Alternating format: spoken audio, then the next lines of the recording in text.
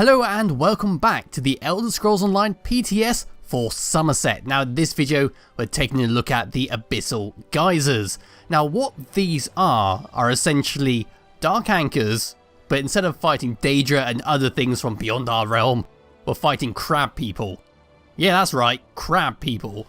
So what are the actual Abyssal Geysers themselves? Well, they're set up in a way exactly like the Dark Anchor. You trigger it by walking into the area where you'll get a little guy who appears, and when you kill the guy, that'll then trigger the whole event. And of course a massive beam will go into the sky, alerting anyone nearby that the event has started. So what I'm going to do now is run over and just start the event up. I'm just going to quickly just buff myself because I am a Mag Warden tank. So this should be quite interesting to do. So now that he's dead, up goes the signal, right there. Now one thing I will say is the signal is not very clear from a distance. That is one thing, you have to get pretty damn close in order to see where it is. So over here we have a bunch of crab people like I said. And this is basically your enemies that you'll encounter. One big guy who will continuously knock you down, throw out a load of AoEs on the floor, and you'll get some little close range ones, and you'll always get to the long range one who will just spit at you and deal piss all damage. What I will say is, this whole Abyssal Geyser system is quite harsh if you're a low level. If you're a high level with like decently optimized gear, then as you can see they're just a plain joke. There's nothing really to run home about in terms of enjoyment or difficulty. So now that we killed one wave, a second wave should start spawning. There's usually maybe 3 or 4 in total, and then a massive boss will spawn at the end. So over here we still got the same enemies as last time. I just fell over on the rock. I'm pretty sure I just tripped over that step, and I'm just going to activate my ultimate. Now there is a lot of knockdowns around here. It's something that I did notice, and it can be quite frustrating because some knockdowns cannot be avoided. Others, especially from this big one, are a big AoE on the floor like so, which you can move out of. But sometimes, just sometimes, it does not show that it's actually happening.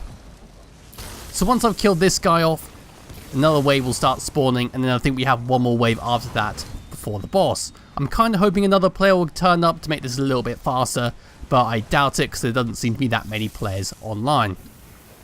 Now slightly different this time is that the enemies are spawned over on the left hand side of the arena. There's nothing special to this, they just spawned over here for whatever reason. I don't know if it's a bug because I'm pretty sure they're meant to all spawn around this statue, but never mind.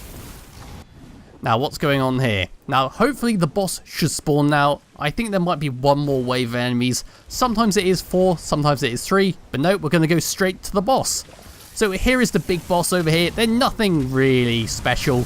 There was one beforehand which was absolutely overpowered like hell and with the one-shot groups, but unfortunately he got nerfed because he was a little bit unfair to the low-level players. Okay, so I've just finished them off. What loot did he drop? Well, it's nothing much. You get some gold, you get potions, soul gem, and you have a chance, which is very lucky in fact, of getting a set item from him. And I got this, which is an epic, which is pretty damn cool actually. What's it deal? So after dealing direct damage, you gain minor force and minor expedition, increasing your critical damage, blah blah blah blah. Okay, that's not too bad actually, not too bad. But anyway, when you actually kill the final boss, you'll get this little thing over here, the Abyssal Pearl. This is basically like the final pin on the Dark Anchor, where you just walk up to it, destroy it, and boom, we're done. And now a little shell trove, which is your treasure chest, spawns in. So opening up the treasure chest is basically the same as a Dark Anchor. You get some gold, you get like a glyph here, you get a load of other shit, some shit weapons, and you always get a set item. Now, this time I got a different one compared to my other one, which I just picked up. But sometimes it can be like 1 of 3 sets, I believe.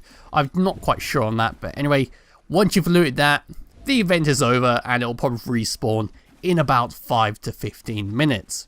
So overall, it's a nice little bit of content, especially considering that this whole area is now the new leveling zone. So when you start a new character and you own this expansion, then you'll be sent here instead of the regular starting zones or Morrowind. So it's quite nice to experience. It would be a lot better if there were more people around, but even if there was more people, it still raises the question of it's not that hard. It's kind of a bit of a rollover really.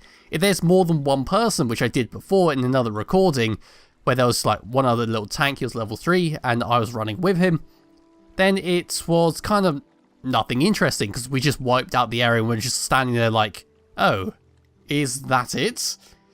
But yeah, it is still a nice little bit of content, especially in the Summerset Isle. It's nothing really too original, and I hope this has been informative on what you can expect, and I'll be back with another video hopefully on the Summerset Isle some point soon, looking over the new skill line, which I still don't know how to pronounce. I think it's like Psychic or whatever.